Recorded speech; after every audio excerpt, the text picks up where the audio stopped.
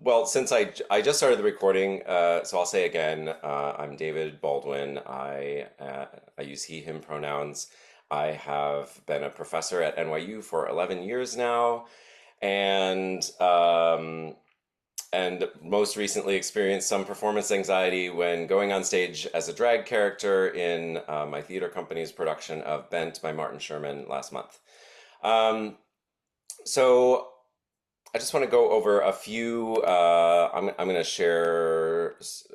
No, first of all, I'm going to say, like, how did I come to these brain-based techniques um, for? Let me put this on. Yeah. In 2021, I fell at the gym and had a concussion. And so actually later that year, I was cleared by the doctors to return to work and everything, but I knew I wasn't feeling quite right. So I started working with the voice teacher Andrew Byrne, who is the author of The Singing Athlete, which is, I believe, the #1 voice pedagogy book on Amazon uh, at the moment. And he had uh, experience helping people recover from brain injuries, traumatic brain injuries, and helped me with a lot of things that I then started taking to my students. And I then got certified with him level 1 and level 2 in 21, and then level 3 in 2024. But I also went back to the source where he had gotten a lot of his brain-based education, which is Z Health Education. They're great to follow. They put up weekly blogs on YouTube, a lot of great free online content. And they do brain-based education for practitioners, doctors, physical therapists, and I believe Andrew Byrne was one of the first people to start applying their work for singers and actors. And so that work has been really helpful for me. I wanted to go to the source and get even more. So a lot of the things that we're going to do today came originally from Z Health, are in Andrew's book, um, and have been. That's where I have them from multiple sources now. Um, so as I started applying this work, I started to realize, and I started to see this in myself. What do we do in these holding rooms in the sometimes hours you're waiting there to get off the wait list or till your time frame? And I see the two biggest things that I see, and then I would love to hear what you usually do in the holding room or the waiting time before an audition. I see people who talk a lot, and they will talk to anyone near them. and and me as an introvert, that is not a solution. That would be more of a problem if I tried to talk to everyone. I would not be ready for my audition. Um, and the other thing I see is people going like flipping through their song again and again and again and looking at the lyrics to a song that they've probably known for years. And like the words are up here, they're in the brain. And I'm not sure that it's an effective strategy to just keep looking over the song that you've known for years. That got me thinking about what are real things you can do in a holding room that don't make noise, because you can't be that annoying person like making a lot of noise either, right? Like we might do a few lip trills or whatever, like vocal things, but there are real brain-based things that you can do to light up your brain. And so that's what I have here. What do you normally do, like preparing right before? Um, Usually I bring things that are quietly stimulating, like ebooks or I don't like to talk to people, but I also don't like to like have headphones in. So I bring ebooks, I bring work that I can do on like my iPad or something. Um, and I try to like put myself in like a quiet corner like every 30 minutes or so and just do some vocalizing just to like In the just to bathroom? keep myself present and warmed up. Um, but I'm also the type of person who is like, I need a bubble of silence around me in the holding room or I will lose it. Um, yeah, that's what I've been doing. Great. What I like about that is that you're engaging your brain in another way, and maybe in a language way if you're reading books, if you, and that. So I think that is better than going over the song. So you're on the right track. Clara, do you have any different strategies before an audition? Not really. I'd probably start pacing and overthinking and um driving myself crazy. Wonderful. Great. Right? So in the form where I took submissions asking what comes up, I got the response overthinking a number of times. So I have specifically want to address that. They got dry mouth, forgetting the words, um, shaking leg, or like physical manifestations of nervousness. Um, those were some of the main ones that came up, and so I brought that into the planning for this.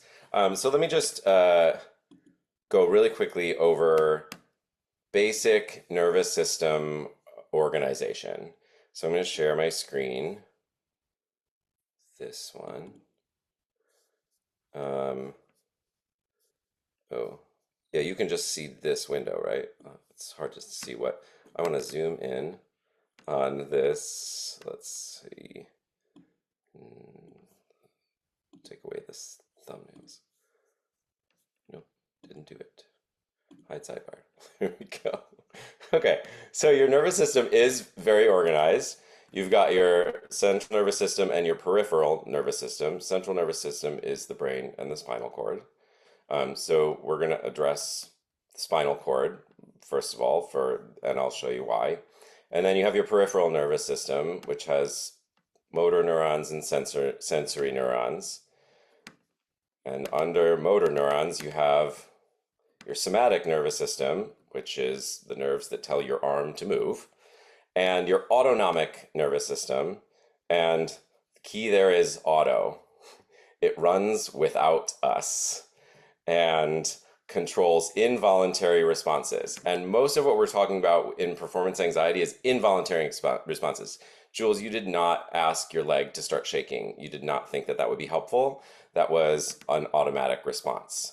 So that was a sympathetic response. So the autonomic nervous system, which controls your heart rate, your blood pressure, your breathing rate, a lot of things that keep you alive automatically, is divided then into the sympathetic division. And I'll send you a one pager of these images too, so you just don't have to write this stuff down. If that's helpful, I just want to talk over it while looking at it.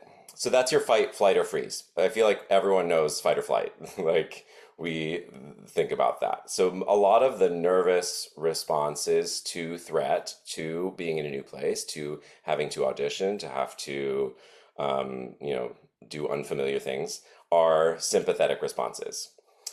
And maybe you know that the balance to that system is the parasympathetic division of your nervous system. That's the other side. That's the calm side. So we call it the rest, digest, and read. That is the parasympathetic nervous system is in charge when you're at home and when you're chill. Um, so then if we get way more specific on that, the sympathetic division is gathering information from your entire thoracic spine and lumbar 1 and 2. The nerves that it's gathering information about overall threat are coming out of your thoracic spine and your lumbar spine. So we're going to do a drill for those.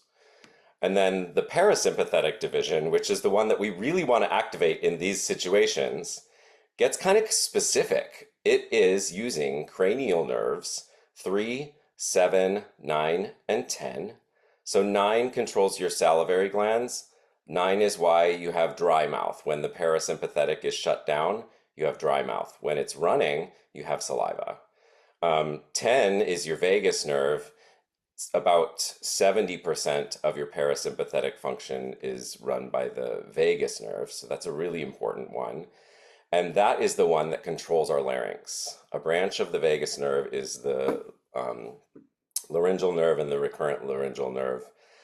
So that one runs your voice. So if threat responds in cracking voice, that's why the parasympathetic is not active enough. Interestingly, 3 is oculomotor, so that is all vision, and 7 is the facial nerve. So if you get facial tension when you're singing or performing, it's because you're not getting enough parasympathetic activation in those. Then it also uses sacral nerves S3 and S4, S2, S3, and S4. So we'll work on some things we'll work more in the cranial nerve area. I think it's more related to the voice, and we have limited time. So let me come off of screen sharing then. How do I do that? Stop share. Okay, there we go. Now I can see you again. Tell me, what is your brain's #1 priority? Keeping us alive? Keeping you alive, not booking a role.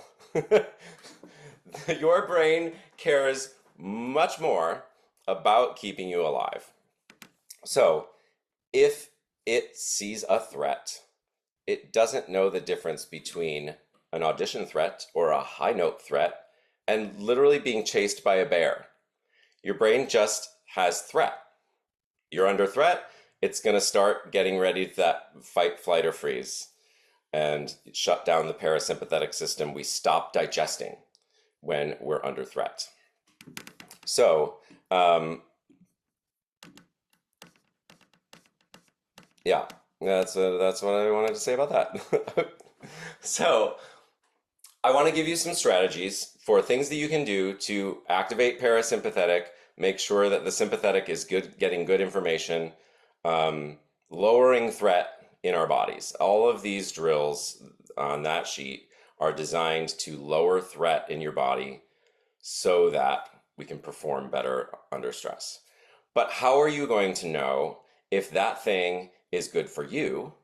That's what I have to show you, because every person's nervous system is different.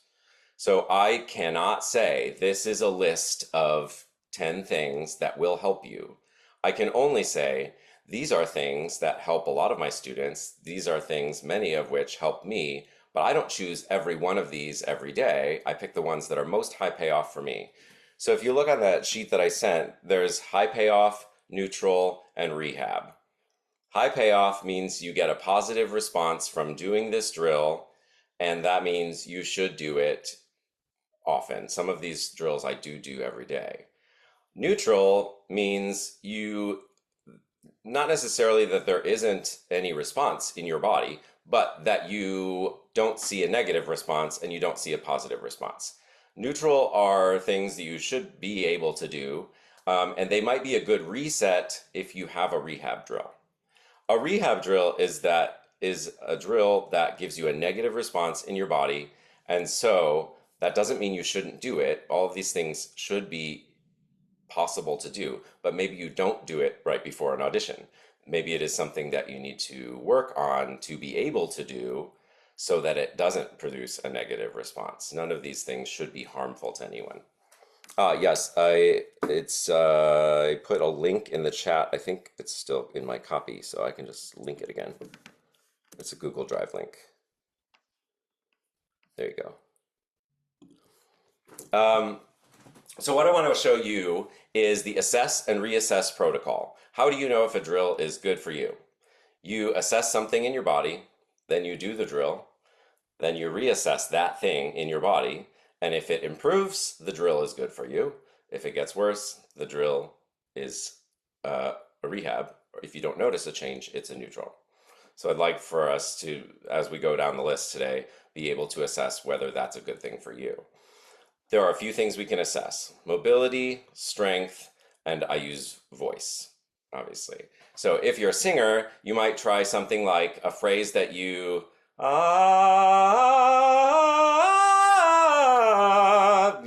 a phrase that you usually sing, and sing it before and after the drill. If you're not a singer, mobility is a really great thing. And so the simplest place to start with that would just be a forward fold and back bend. So why don't we all try this? Let's stand. And I don't know if this is far back enough for you, but I'm just gonna roll down. And like the pads of my fingers are on the floor today. That's where my back bend is.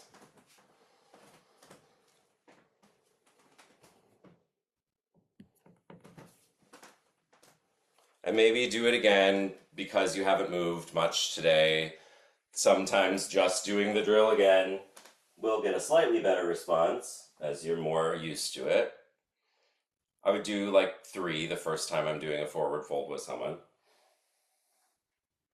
Okay, yeah, I gained some mobility on the second and third one. So, but now I should know if I get a dramatically positive response, I'll know it has to be better than one of those. And then a simple back bend, just arms up and back. Your back should look like a banana, going towards a banana shape.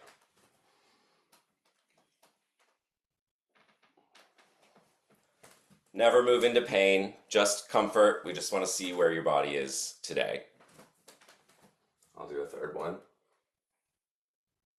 Maybe I went a little bit further on the third one. So you would pick one of those as your assessment, and then we'll do a drill. And then, so let's start with overall central nervous system drills. I work my way from the bottom of the spine up. So the bottom of the spine is your lumbar spine. So this drill, if you can be on a wall, is best. So why don't I demonstrate it? Slight bend in the knees and put my sacrum on the wall. These are called lumbar circles. And then I'm going to breathe in through my nose. And as I breathe out, I'm going to go side, peel off the wall, keeping my sacrum on the wall, a full circle around. The second rep is going to be the other direction. So it looks like we can all do these together. Okay, so everyone on a wall. And let's go to the right first. So inhale through the nose.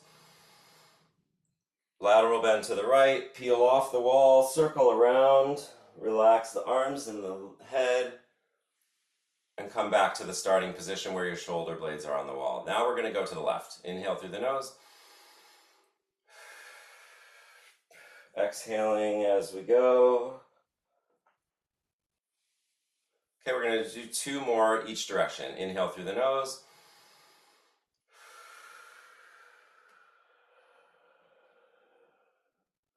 Around to the left. Now we're going to the left again. Inhale, exhale.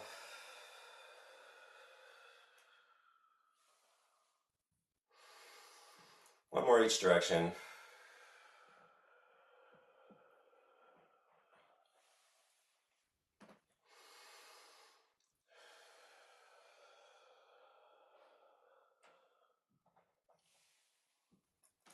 Okay, now you generally want to make your reassess within 5 seconds. So go right from there into a forward fold.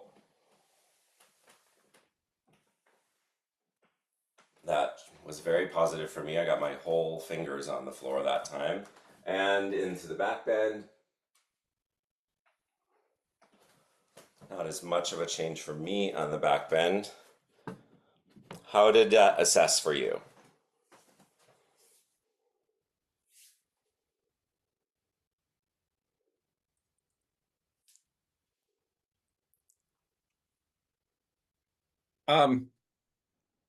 I it was interesting because I surprisingly had more of a change in the back bend than in the front roll, which is Okay, but I've never done the sacrum on the wall thing before, so that was a good thing to know. great. So it opened up your extension. So you might even take it in the notes, more of an effect on extension than on, and this flexion is part of a threat response too. We come in. So if it opens up extension, that could be good for walking confidently into a room. Mm-hmm. And you can probably find a wall in a holding room where you could do that exercise.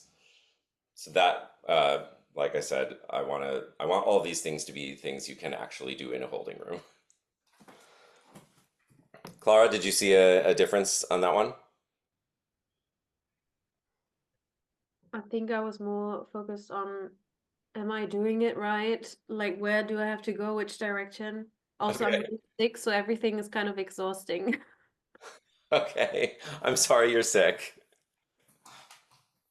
Well, maybe you will. Hopefully, some of these things will give you some energy. Maybe the positive response will be like, "Oh, I don't feel so bad." Um, the next thing I want to, before we go into the thoracic spine, let me just show you one more graphic here, since I just sort of mentioned it. Is what does it look like in the body when we have a threat? One of the most primal reflexes we have is called the startle reflex. And again, I'll share this image, but if you could imagine that I threw a ball at you, you might respond by closing off. And the big idea is that we cover the vulnerable parts of ourselves, our eyes, our throat, our heart, our lungs, in order to stay alive. It's a good thing that we have a startle reflex, it keeps us alive. And all of these places are places that, in singers at least, when I'm working with them, you can see a response like if they go for a high note and they're scared of it, the face tenses up, the eyes close, the shoulders come up and in. None of these things are good for singing, or by extension, just acting in general. The startle reflex is something we want to avoid. And so the drills that we're doing for the spine are just making sure that the thoracic spine and the lumbar spine, like I said, was involved in the sympathetic nervous system, making sure the brain knows we don't need to freak out right now. We don't need to be in fight or flight. We have good information. We're happy. Okay, so just moving on, I'm gonna plow through the rest of the spine. Let's see if I can. So this next one is a seated drill for the thoracic spine, and I think it's best shown from the side. Got my computer on a music stand, so let's see if I can just lower it so you can see me seated. The thoracic spine is the middle of your back. So here, sort of surrounding your shoulder blades. So in this drill, we just grab the knee and we make sort of a cat-cow position where on the exhale, we round the back out. And on the inhale, we bring the thoracic spine up and through the shoulders. Okay, and we'll do 5 on each side. If you're ready to do these with me, okay, we'll start with the exhale. Exhale out, round the back. Inhale, bring the chest and spine up and through. Exhale.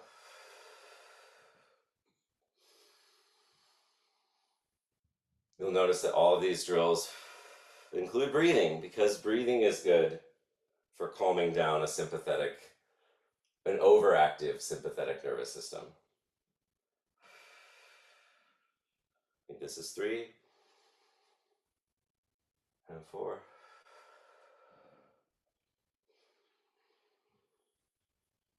and 5.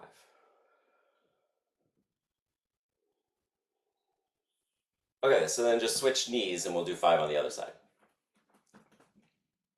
Exhale, round the back. Inhale, chest up and through. You want to keep the shoulders nice and relaxed too. I really use my knee to pull my shoulders forward. So we keep the arms like long and straight. And you can use the weight of the knee to pull so you feel more stretch across the back.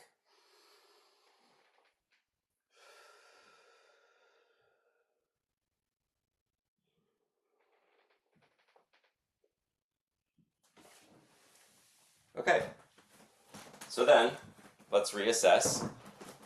Forward fold, back bend. And if you are working vocally, sing something. We're on mute, so you're the only one who will hear it.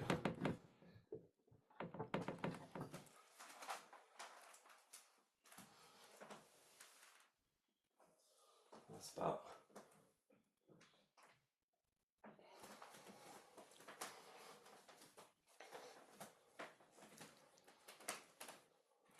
When I asked my seniors this week what drills would they include in this workshop, one of them said thoracic glides. That's my big thing. She's like, they get the best. Let's just say like thumbs up, good response, negative response. Great. Moving on. The top part of the spine is the cervical spine. So for the cervical spine, we're just going to put the thumbs under the cheekbones and the index finger under the mastoid process and just lift up using your arm strength to put your head like you're trying to put it on the ceiling, and then breathing through the nose 10 to 15 seconds.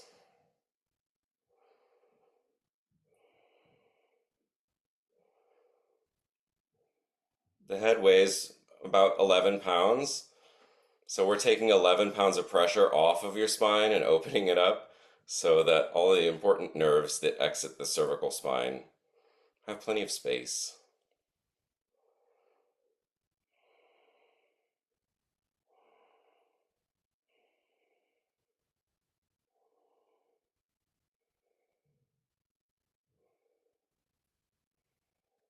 Okay, I feel a little taller now. And then let's reassess the forward fold, back bend, a little singing. Ah!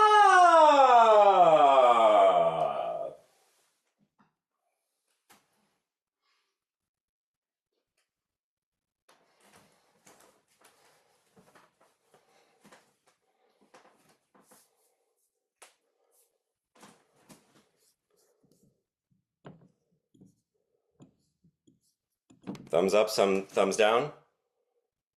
Great. Okay, so those are the 3 parts of the spine. How can you make sure that your sympathetic nervous system and parasympathetic nervous system, which are sending out feelers, what's going on in my body, getting information. If it makes you feel safer and your mobility opens up or your voice improves, I believe that's a good thing to do in a holding room. Okay, going on. Breathing and diaphragm. I should pull this up. Okay. Diaphragm stretch 1. Okay, this one is a floor one, but let's show a wall version for the purposes of being in a holding room and not wanting to get on the floor. Because I totally understand that. It's the same position as, and actually might be a good thing to do at the same time as the lumbar circles. Sacrum on the wall, and then even tuck the hips back so that the lower back is on the wall. The diaphragm stretches when we exhale, so this is going to be a powerful exhale drill. I like to put my hands on the top and the bottom of my rib cage when I'm doing it against the wall. And then, as many of these drills do, go with the breath. Inhale through the nose. And exhaling on an ah, try to empty the lungs completely, which is going to mean pressing low back into the floor and squeezing the rib cage closed to get all the air out. Then take a normal breath and do it again. Deep inhale through the nose. Forceful exhale on and off. Abs close off, rib cage closes off. And then take a normal breath. And the max I would do of these is 3, so we can do one more.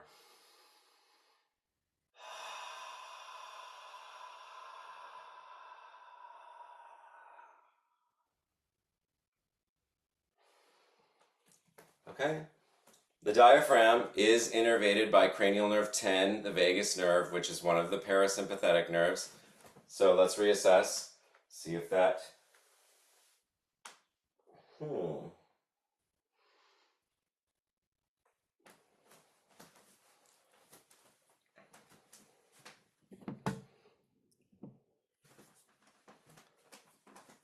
I will say that that actually has a negative effect for me, which doesn't surprise me because I also had an appendectomy in 2022. So exhalation drills often get a negative effect for me. So like I said, we have to test every person. Every nervous system is different. The diaphragm drill might not be for someone who has some threat around exhaling. Was that positive or negative for y'all?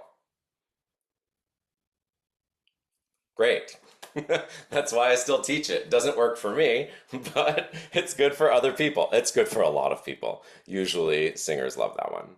Okay, and the other breathing exercise I have on here is 4-7-8. I just got this week, and similarly against a wall. Sorry, so many wall things got you moving around. In this one, we're going to do a wall sit,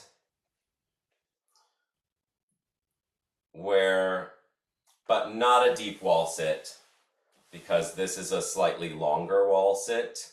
So like a comfortable place where you could stay for 2 or 3 minutes. And the 4-7-8 is you breathe in for 4, you hold your breath for 7, and you breathe out like a hiss or a gentle exhale for 8. So I'll give us a little like 3, 2, 1 countdown, and we can start with the inhale for 4. I would again breathe in through the nose and breathe out through the mouth. Let's try this. So ready and go. In, hold, out.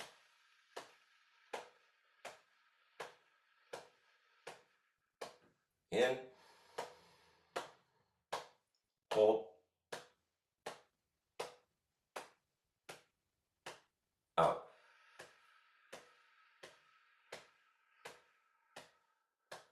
In, hold, out.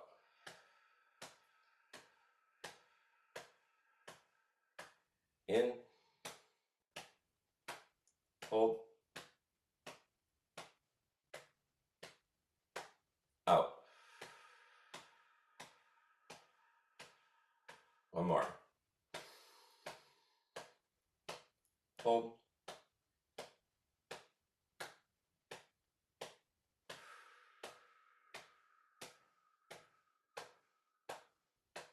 okay, let's reassess. I got this one directly from Z Health. Good, I'm back to my pre-diaphragm stretch mobility.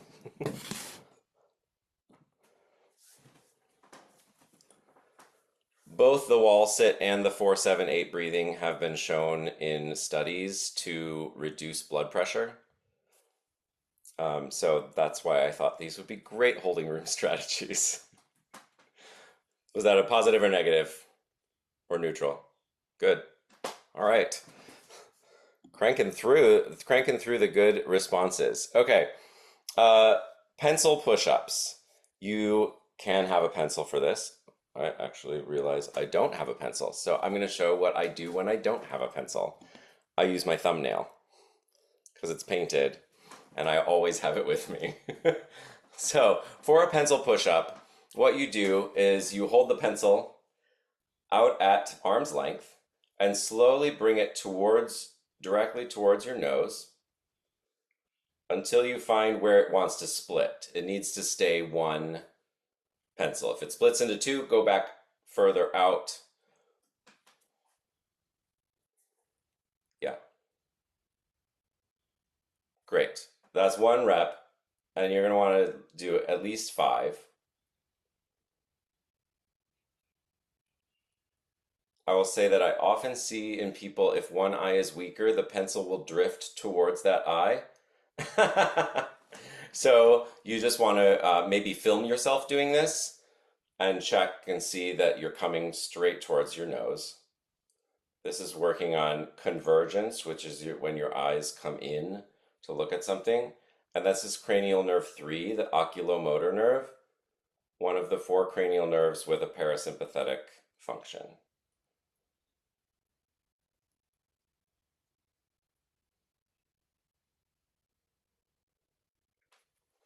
And when you've done 5, reassess.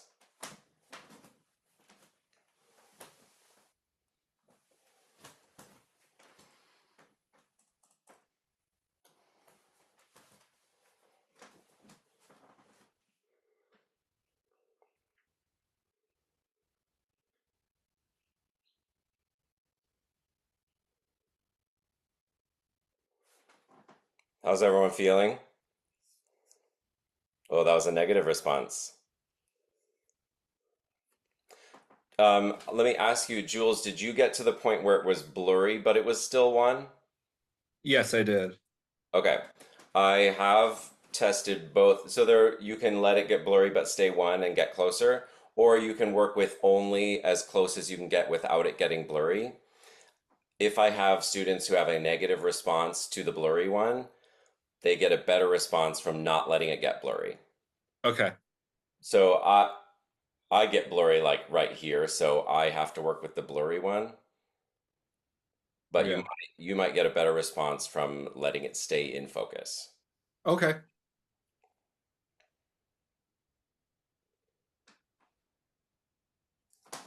Cool.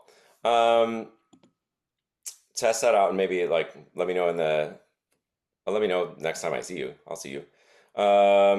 Just to go on with vision, smooth pursuits. Then you're going to take that same pencil at a comfortable distance where it is in focus, and we're going to go 8 directions. So I can just call them out. I'm using my thumbnail. And you're just going to go slowly up as far as you can see it with both eyes. The key here in this exercise is it stays in both eyes, and you come back to center. Now you want to keep your head in the same place and make this all an eye exercise.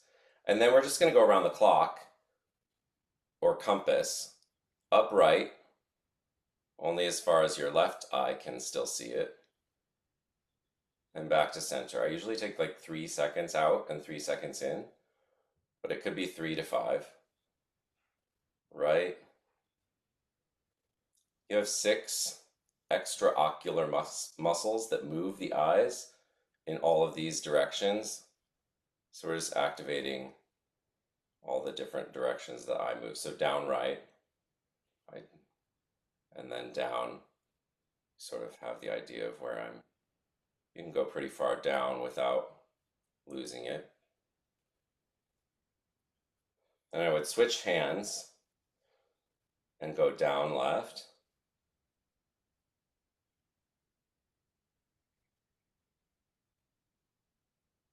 and left,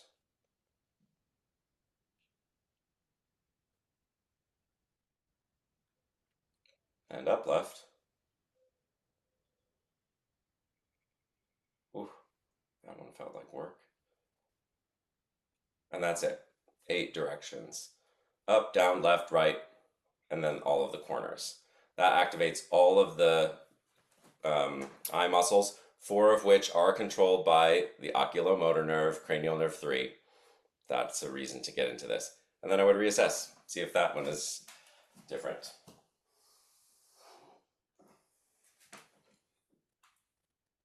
Interesting.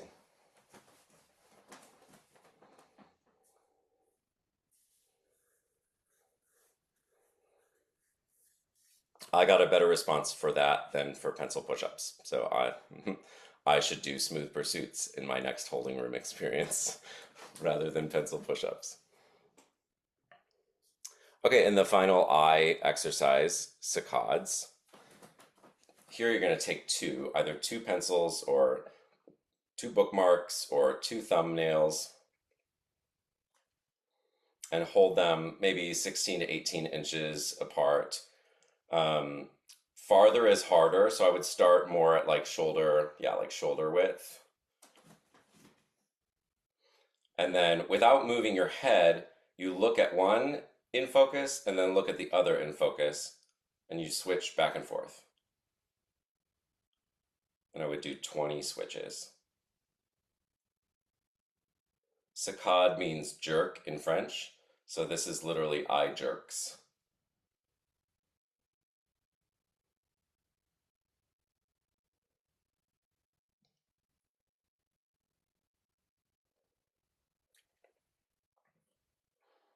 And then after those 20, I do up and down.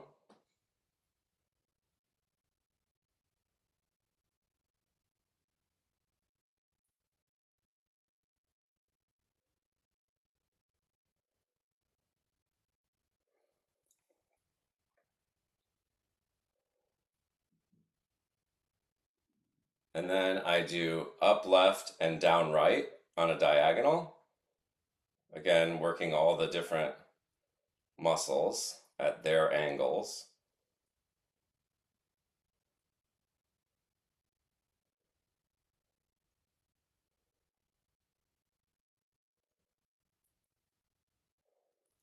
And then I would do the other diagonal to finish it off.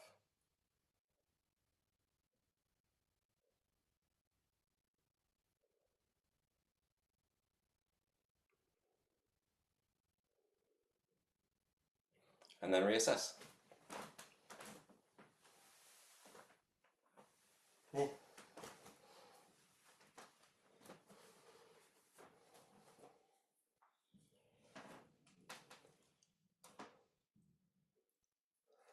These might be slightly weirder to be seen doing in a holding room, but as I say to my students, the people whose opinion you care about are not in the holding room, they're in the other room. So if you're getting a positive neurological response to this, and it can also take your mind off the overthinking, this is like a project. You're like, oh, I have a project. I have to do my eye exercises. That'll keep my mind off of who's in the room and what they might be thinking about me. Do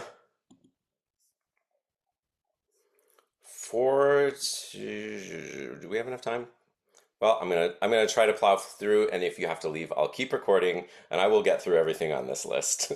Motor control of hands and feet. This maybe seems great for a dancer audition, but not for an actor audition.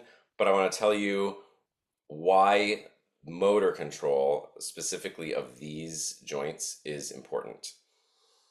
We have several different types of sensory neurons or nerve endings that give the brain different kinds of information. We have baroreceptors that measure pressure.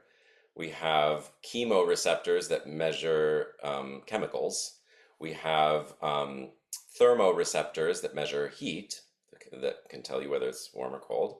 And then we have mechanoreceptors that give information about angle of joint, stretching of muscle. So mechano meaning literally movement. We have movement receptors. And then we have nociceptors, which used to be known as pain receptors, but now are just called threat receptors. They notify the brain that there might be a threat. Pain then is actually an output in response to nociception. Without getting into too much of that, we have more mechanoreceptors in joints because the brain needs information about movement of joints, angles, tension, all that stuff.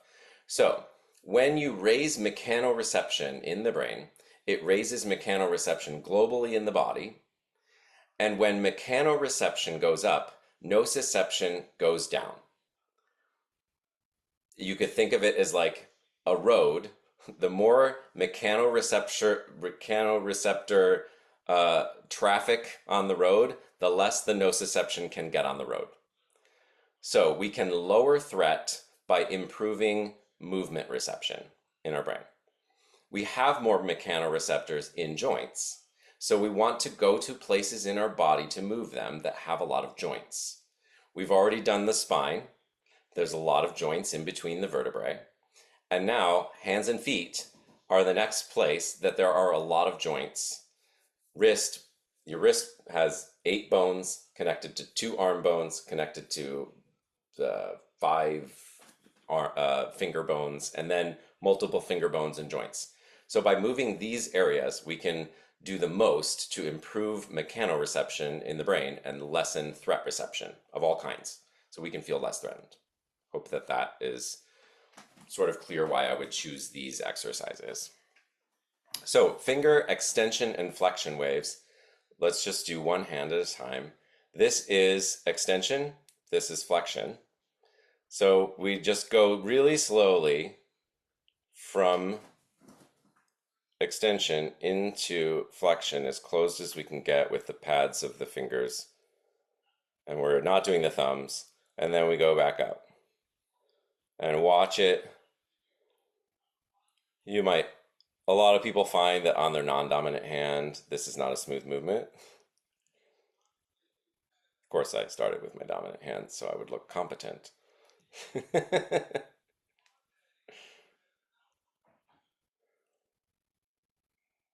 So that was probably 4. I would usually do 5 to 10 of these. Let's then do the thumb. So you roll it in one joint at a time to as far as it goes into flexion, and then back out to extension. Watch for tension in the other hand. Often that will show up. I just noticed it in myself, which reminded me to say that.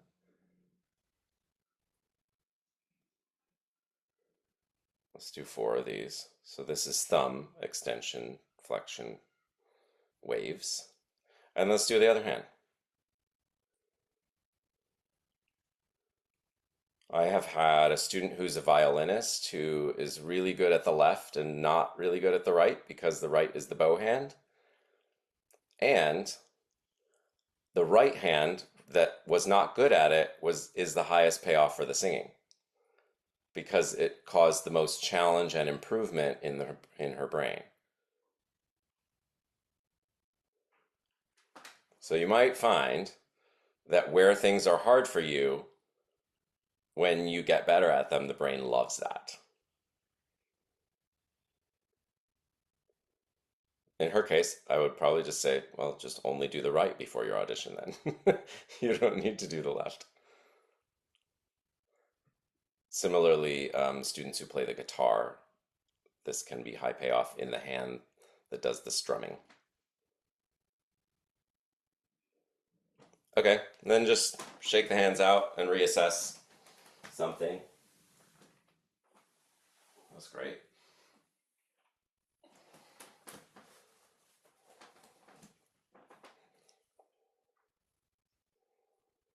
And if you really are paying attention to this, you can be very locked in and not overthinking, not worried about your audition. Okay, figure eights. I'm just gonna lower this stand a little bit. I say figure eights start with stop in the name of love. The elbow is tucked into the side. The forearm is parallel with the floor. And we don't really want the forearm to move. So now grab in between the pinky or the index finger and the third finger and just like feel for a joint and just give some sensory information right here to that joint. There's going to be some tension in this joint when we do this. So we start out in stop in the name of love, and we're going with the index finger down, in, down, out. Point down, twist in, point down, twist up.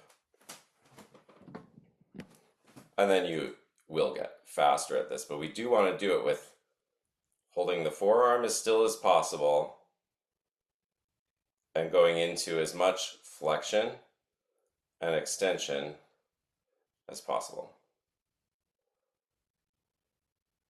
A lot of people's elbows want to fly out on this. Okay, then we're going to stop in the name of love position and go the opposite direction. Just give some sensory information to the pinky. We're going to follow you, pinky, and go to the pinky and up, in, twist in, pinky up, twist out, pinky up, twist out, or twist in, pinky up. And then you will get to the point where that all becomes one smooth figure eight. So this is really wrist heavy. Let's do the other hand. Stop in the name of love. Give the index finger some sensory feedback. Down, twist in, down, twist out. Down, twist in, down, twist out. Down, twist in, down, twist out. And stop here. We'll go the other direction. Give the index or the pinky some sensory feedback. Twist out and up. Twist in and up. Twist out and up. Twist in and up. And then it will smooth out.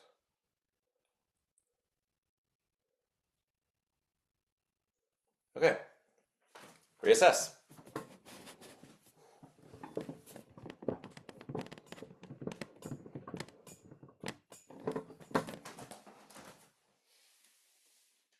Oh, that was really good.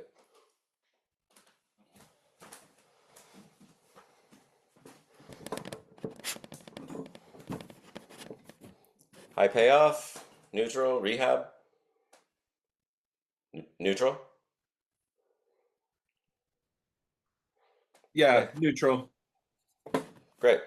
Did the finger was high payoff? Yeah. Oh, sorry. This was more high payoff than this one was for me. Great. Good information.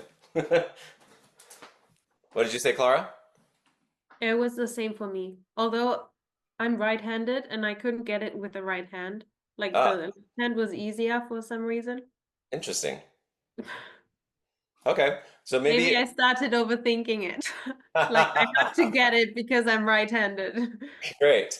And maybe then you could go back later and reassess one hand at a time, see if one hand gives you a more, because we did both.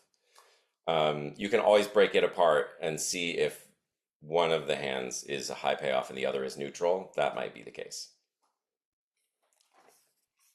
In the interest of time, I'm going to skip the ankle and ankle tilts and toe pulls. I do have them on my TikTok if you want those, or I'm happy to go over those with someone some other times, because I really do want to get to this cerebellum, and I want the people who get this video to watch that part too. So the cerebellum is little brain. It's right connected back to your brain stem, and the cerebellum is in charge of ABC: accuracy, balance, and coordination. Lots of things that can go wrong if we're in fight or flight. And the cerebellum also is in charge of error correction. It is always, all of your motions go through your cerebellum. So if I decide I want to move my right hand, my left cortex sends that information through my right cerebellum, and my right hand moves. Then if I miss what I aimed for, my cerebellum analyzes the plan versus the actual, makes a correction, and helps me get it right the next time. So error correction includes unwanted thoughts. The cerebellum can literally help us calm unwanted thoughts. So to activate or to test the cerebellum, It is divided upper body and lower body. The division is at thoracic spine vertebra 6, uh, where bottom of your shoulder blades. Everything below that, your brain considers lower body. Everything above that, your brain considers upper body. So the first one we do is super simple, and these are great holding room techniques because this is noiseless. Thumb and forefinger or index finger open, close, fully open and close at a regular tempo until one of them probably will get tired before the other one. And make sure you're opening all the way. Yeah. Okay, my left is getting tired, so I got an assessment out of that. You're getting tired, huh? Is your left getting more tired than your right?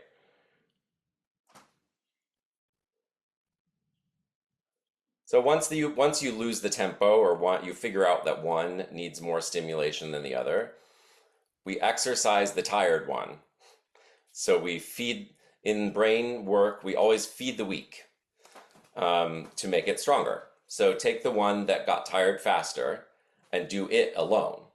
Our goal here is to wake up the cerebellum on that side. My left was worse, so I'm doing my left only. And I'm just going to go till it's tired again, and then shake it out, rest.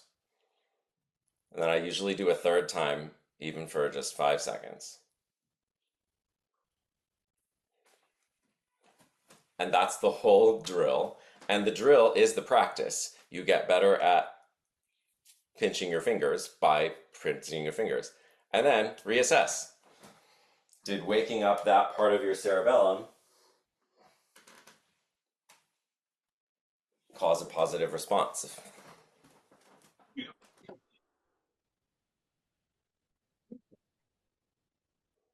Great.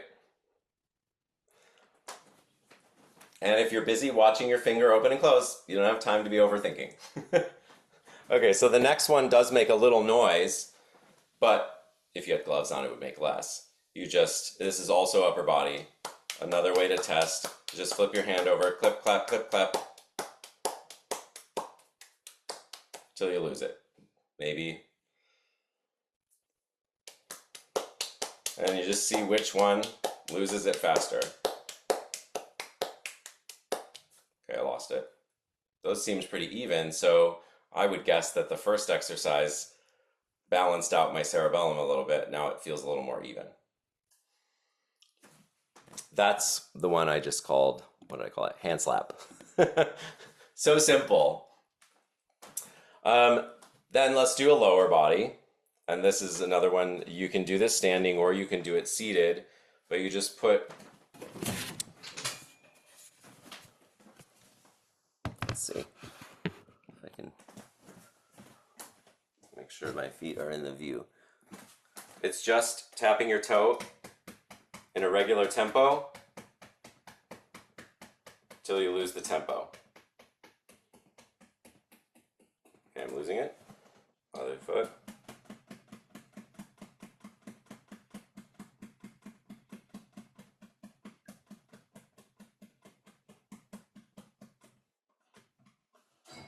I would assess from that my lower body, the right is the one that needs work.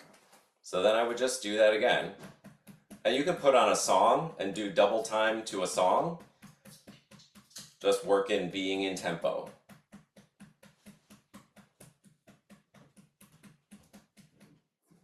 Pretty simple. Then I would reassess.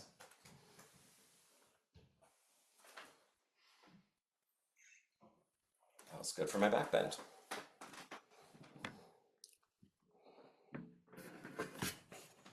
Okay, second, lower body. Brings the balance into it a little bit. Oh, I gotta go lower. It's hard to do this on Zoom. You can hold on, but take your heel, put it right below your kneecap, slide it down your shin bone, out your big toe, and you're going for accuracy here. This is the balance and accuracy. Can you hit the exact same spot under your knee every time? Can you stay on the shin bone, sliding down? I usually do 5 or 6. And then I just compare the accuracy between feet.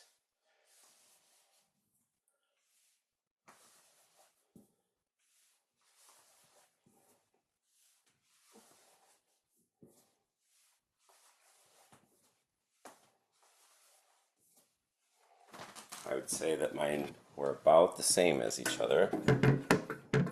So my toe tapping must have woken up my lower body cerebellum and then reassess.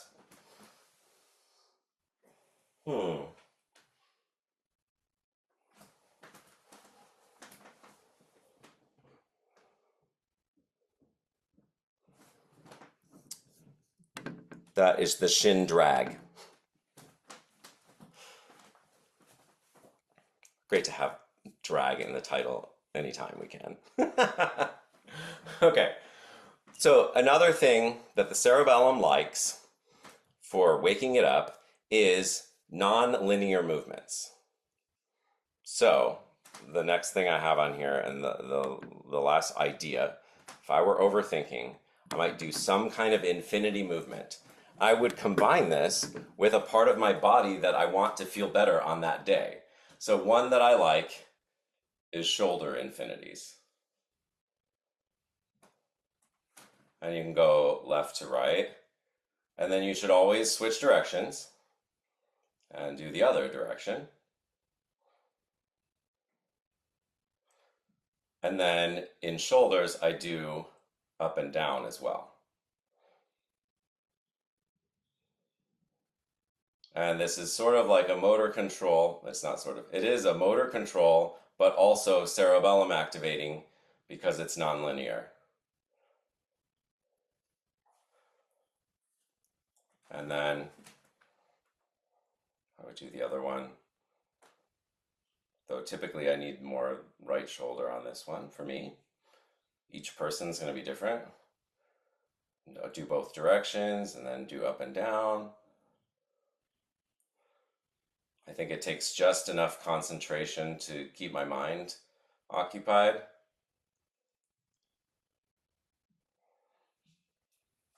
And the great thing about this is then you can get creative.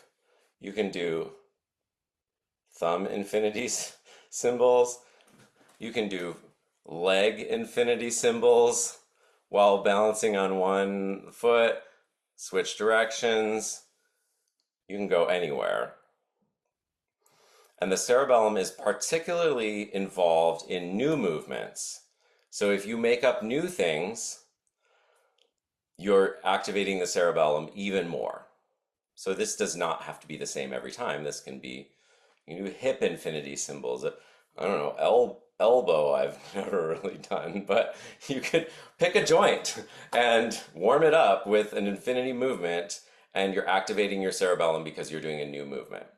The other idea that I had would be, and because you've got so many bones and so much brain space dedicated to your fingers, write the alphabet with each finger.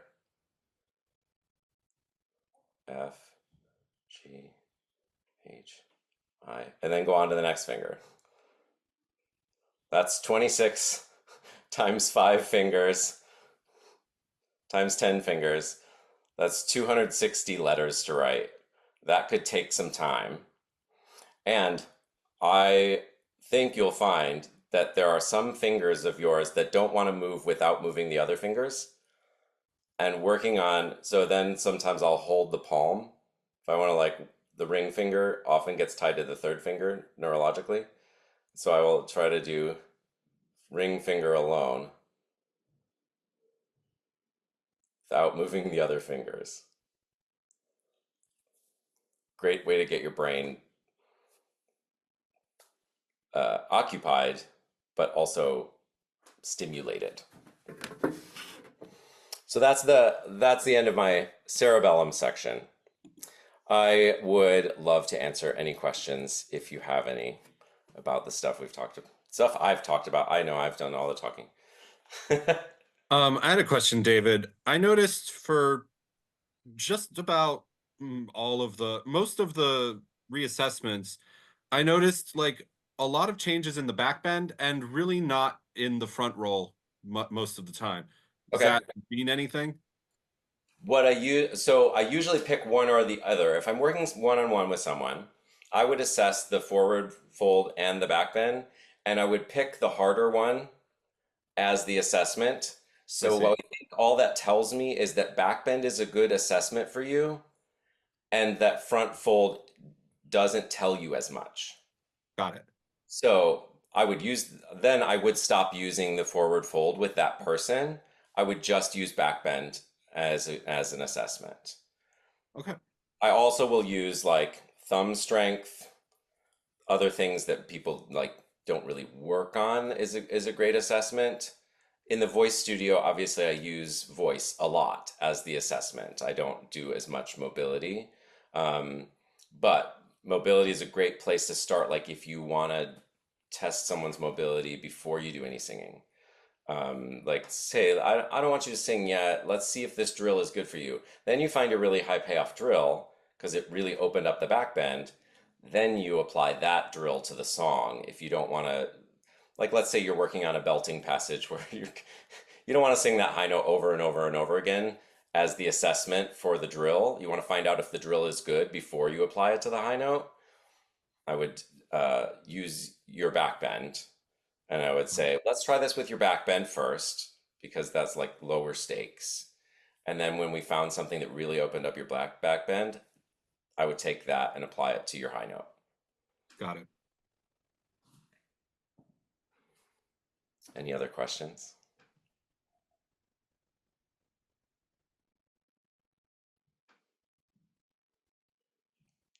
No? Okay.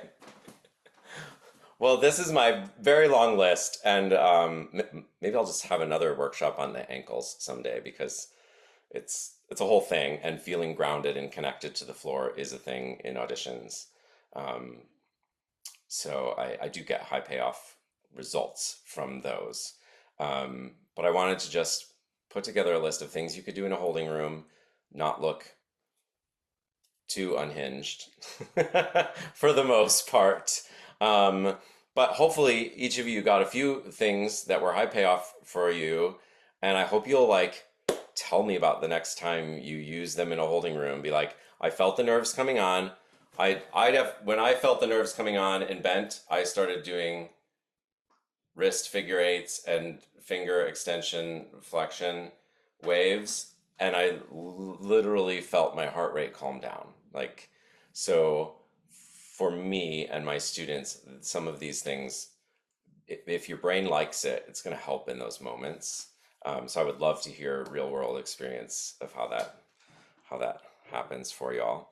And I will send out I'll send out the like the images of the nervous system that I showed you on the worksheet, and the full drill list and the video link. I'll put it on Google Drive.